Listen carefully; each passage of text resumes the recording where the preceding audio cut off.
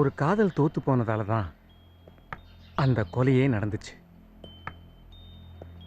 அந்த கொலை பற்றின உண்மை ஒரு காதலை ஜெயிக்க வைக்கும்னு சொல்கிறீங்க.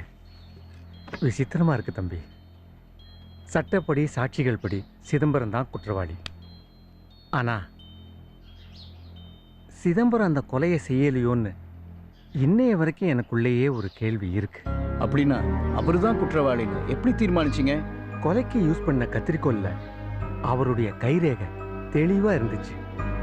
தாமரை மேலே சந்தேகப்பட்டு அடித்து ஆத்திரமாக பேசினதை பார்த்த சாட்சிகள் ஸ்ட்ராங்காக இருந்துச்சு. ஆமாம் சார், தாமரை மேலே அவனுக்கு அளவு கடந்த அன்பு இருந்துச்சு. அதனால தாமரை கூட யார் பேசினாலும் அவனுக்கு பிடிக்காது. தாமரை என்னோட தீவிர ரசிகையாக இருந்ததுனால அவனுக்கு எங்கள் 2 பேர் மேலே சந்தேகம் வந்துச்சு. அன்னைக்கு அவன் நல்லா குடிச்சிருந்தா. என் கண்ணு முன்னாலே அவளை கண்ணா பின்னான்னு கத்துனான். கண்ணத்துல மாத்தி மாத்தி அரைஞ்சான். கடைசியில உன்னை கொன்னு புடுவேன்னு சொன்னான். நான் கூட அவன் ஏதோ கோபத்தில் சொல்றான், கோபத்தில் வர வார்த்தைக்கு அர்த்தம் பார்க்க கூடாதுன்னு விட்டுட்டேன். ஆனா கொலை பண்ற அளவுக்கு போவான்னு நான் எதிர்பார்க்கவே இல்லை. என் நண்பனா இருந்தா கூட இதுதான் உண்மை. என் தம்பிக்கும் தாமரைக்கும் இடையில மனஸ்தாபம் இருந்தது. என் தம்பி கொலை பண்ணதை பார்த்ததா என் பையன் கோபி வந்து என்கிட்ட சொன்னப்போ நான் அதிர்ச்சி ஆயிட்டேன். அந்த அதிர்ச்சியிலேருந்து நான் இன்னும் மீளவே இல்லை. என் தம்பியா இருந்தாலும் இதுதான் உண்மை. மாமா கத்திரி கொலால குத்துனத பார்த்தேன். அந்த 10 வயசு பையன்தான் அந்த கேஸ்ல ஒரே ஐ விட்னஸ். அப்படின்னா அந்த கொலையை வேற யார் செஞ்சிருப்பான்னு நினைக்கிறீங்க? To be very frank with you, எனக்கு அந்த சிங்கர் மாதவன் மேல ஒரு டவுட். மாதவனை பத்தி அப்போ பலவிதமான கிசுகிசுக்கள் நானே படிச்சிருக்கேன். அது மட்டும் இல்லை, சிதம்பரத்துக்கு தூக்கு தண்டனை கொடுத்த அடுத்த வாரமே மாதவன் ஒரு விழால இனிமே நான் பாட போறதில்லைன்னு அறிவிச்சாரு. ஆனா அதுக்கான சரியான காரணம் சொல்லலை. மாதவன் இப்ப எங்க இருக்காருன்னு கண்டுபிடிக்க முடியுமா சார்? ஏன் முடியாது? என்ன தேடி கண்டுபிடிக்கலையா? அதே மாதிரி அவரையும் தேடி கண்டுபிடிங்க. ஆனா நான் கன்ஃபார்மா சொல்றேன், அந்த மாதவன் உயிரோட இருக்காரு.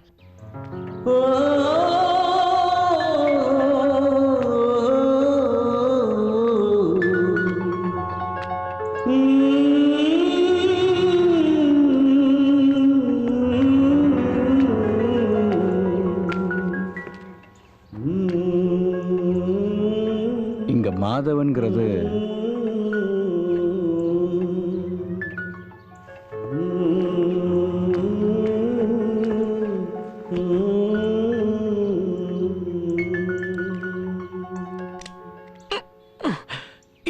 தேடி வந்தீங்க? ஒரு உண்மை தெரிஞ்சாகணும். அப்படின்னா சிதம்பரம் தாமரையை கொலை செய்யலைங்கிற உண்மை உங்களுக்கு தெரியும்.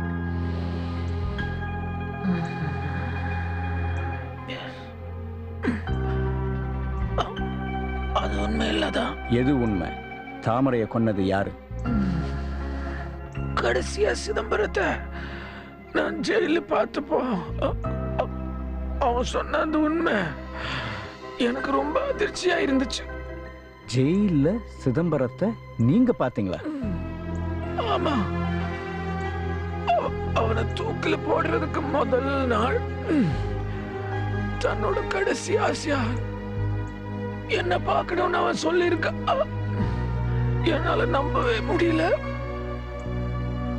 என்ன எதிரியா நினைச்சவன் எதுக்காக பார்க்க விரும்புறான்னு புரியாம தான் அங்க போனேன். அப்போ சிதம்பரம் என்ன சொன்னாரு? சொல்ற சிகரெட் இருக்கா? உங்களுக்கு த்ரோட் கேன்சர்னு அத வந்துருச்சு. அப்புறம் என்ன? நான் ஃபர்தரா பேசணும்னா எனக்கு ஒரு சிகரெட் கொடுக்கணும், இல்லைன்னா கிளம்பு. குடுறா இந்தாங்க. Thank you thank you.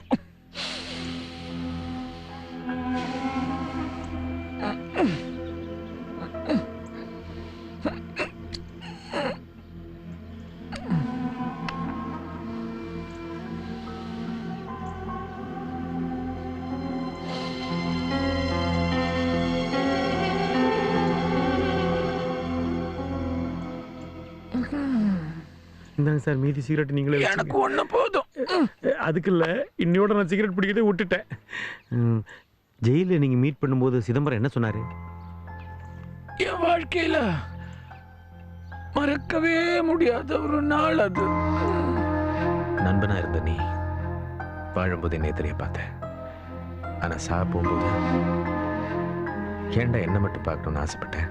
தாமரையும் உன்னையும் அனாவசியமா சந்தேகப்பட்டுட்டேன். என்ன மன்னிச்சிடு. இப்போ அதை புரிஞ்சுக்கிட்டே ரொம்ப சந்தோஷம். இதை நீ முன்னாடியே புரிஞ்சிருந்தா இப்படி ஒரு கொலைகாரனை நிற்க வேண்டியது இல்லையே. தாமரைய நான் கொலை செய்யலை. அன்னைக்கு நீ ஏன் கோர்ட்ல ஒத்துக்கிட்ட? இப்போ ஏன் இப்படி சொல்ற? நாளைக்கு என்ன தூக்கில் போட போறாங்க. எல்லாரும் என்ன கொலைகாரன்னு சொல்றாங்க. அதை பத்தி நான் கவலைப்படலை. யாராவது ஒருத்தருக்கு உண்மை தெரிஞ்சாகணுமே, அதுக்காகத்தான். என்ன சொல்ற? அப்படின்னா யார் செஞ்சது? தெரியாது. யார் காரணம்னு மட்டும் தெரியும். இந்த கேஸோட விசாரணை நடந்துட்டு இருந்தப்போ ஒரு நாள்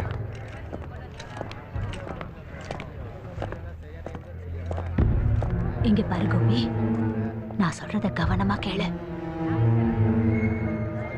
அம்மா சொல்லி கொடுத்ததெல்லாம் ஞாபகம் இருக்குல்ல? நான் சொல்லி கொடுத்த மாதிரி அப்படியே நீ ஜட்ஜு கிட்ட சொன்னா போதும். உங்க மாமாவுக்கு கண்டிப்பா தூக்கு தண்டனை கிடைச்சிடும். அப்புறம் நாங்கள் எல்லா சொத்துக்கும் நீ தாண்டா ராஜா. என் கனவெல்லாம் நிறைவேறிடும். இதை ஏன் நீ கோர்ட்ல சொல்ல? என் தாமரையே போயிட்டான். அப்புறம் என்ன நடந்தா எனக்கு என்ன?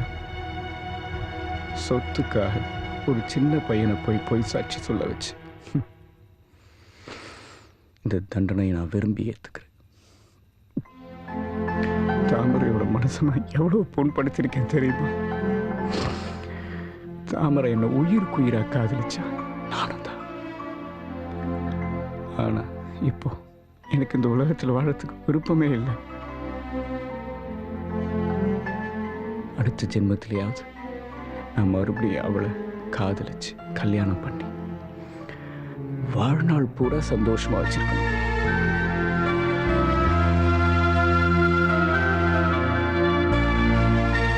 என்ன மன்னிச்சிருங்க சார். எதுக்கு? தாமரையை நீங்க தான் கொலை செஞ்சிருப்பீங்களோன்னு சந்தேகப்பட்டேன். ஒருவேளை சொத்துக்கு ஆசைப்பட்டு கல்யாணி அந்த கொலையை செஞ்சிருக்கலாம் இல்லையா? இருக்கலாம். ஆனாலும் அது கூட ஒரு யூகத்தான். ஒருவேளை கல்யாணி அந்த கொலையை பண்ணியிருக்கணும், இல்ல அந்த கொலையை யார் பண்ணாங்கன்னு கல்யாணிக்கு தெரிஞ்சிருக்கணும் இல்லைங்களா? கரெக்ட். அந்த கல்யாணி காரைக்குடியில தான் இருக்காங்களா? அங்கதான் இருந்தாங்க. அப்புறம் மதுரைக்கு போனாங்க. இப்ப பையனோட ஏதோ ஒரு ஹில் ஸ்டேஷன்ல இருக்கதா கேள்விப்பட்டேன். அவங்கள பார்க்கணும்னா அவங்க பையனை வச்சு சுலபமா கண்டுபிடிச்சிடலாம். அந்த பையன் பேரு கோபி, பெரிய ஹிப்னோட்டிஸ்ட். சார், அவங்க ஊரு உதயகிரியா? உதயகிரின்னு தான் சொன்னாங்க. என்னது? ஹிப்னோட்டிஸ்ட் கிருஷ்ணன் தான் கோபியா? ஜோ, கோபி தான் கோபாலகிருஷ்ணன்னா சிதம்பரத்தை பத்தி எல்லா விஷயமும் அவர் தெரிஞ்சிருக்கணுமே. எல்லாத்தையும் மட்டும் கடற்கன்னு சொல்லியிருக்கலாமே. ஏன் ஒண்ணுமே தெரியாத மாதிரி நடந்துட்டாரு? ரமேஷ், டாக்டர் கிருஷ்ணன் பேப்பரை பார்த்துட்டு அவரு தான் நம்மளை தேடி வந்தார். அப்படின்னா ஏதோ ஒரு உள்நோக்கத்தோடு தான் நம்மளை பார்க்க வந்திருக்காரு.